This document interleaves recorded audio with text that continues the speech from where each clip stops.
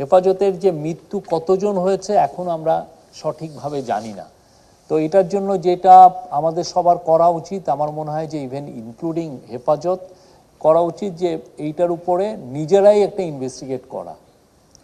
হেফাজতের যারা central leader আছেন তাদের তো রিসার্চ উইং আছে, তারা আসলে নাম ধরে ধরে কারা কারা কতজন মারা গেছেন এটা বের করা। সরকার যে কথাটা বলছে, ইন্টারন্যাশনাল হিউম্যান রাইটস গ্রুপগুলো বলে যে প্রায় 60 জনের মতো, 60-61 জন মারা গিয়েছে, আর হেফাজত ওনারা বলেন যে এখানে কয়েক হাজার লোক মানে যারাই যে কোনটা সত্য এটা জানার জন্য যেটা হওয়া উচিত আমার মনে হয় যে সরকারিভাবে থেকেও হেফাজতও এখানে একটা রোল আছে। হেফাজতের উচিত জানা, নিজেই রিসার্চ করে বলা যে আসলে কতজন মারা গেছে, কারা কারা মারা গেলেন এটা।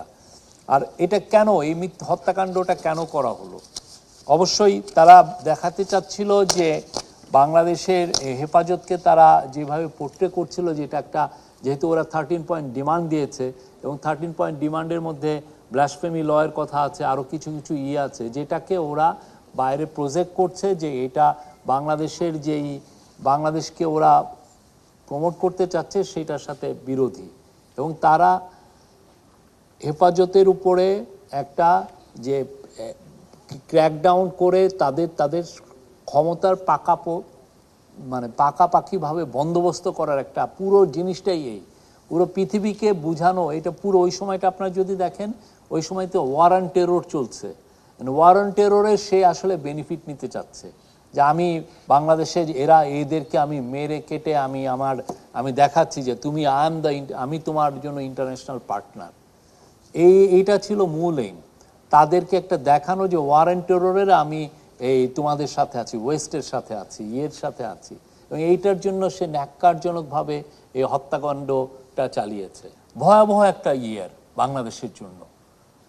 সাইদি সাহেবের, মৌলানা সাইদির ভার্ডিক্ট, তারপর হচ্ছে হেফাজতের আগে এপ্রিলেও একটা হত্যাকাণ্ড হয়েছে, এপ্রিল, তারপরে মে, এবং শেষে যায় যে ডিসেম্বরে যে গুম, পুরোটা 2013 জুড়ে। এবং সেটার কালমিনেশন হচ্ছে যে আপনার 2014 সালের 5ই জানুয়ারির একটা একপেশে পুরোপুরি আপনার অধিকার হরণকারী একটা ইলেকশন। এই ইলেকশনের ফলে তারা মোটামুটি, আপনি তারপরে রেটরিকটা দেখেন যে পুরোপুরি সে নিশ্চিত যে সে আগামী আরও 2041 সাল পর্যন্ত সে ক্ষমতায় আসবে, বিকজ সে তো বুঝে গিয়েছে যে কিভাবে সে ইন্টারন্যাশনাল যারা এই আওয়াজগুলো তুলবে তাদেরকে অ্যাপিস করতে হয়, তাদেরকে বুঝিয়ে দিতে হয়।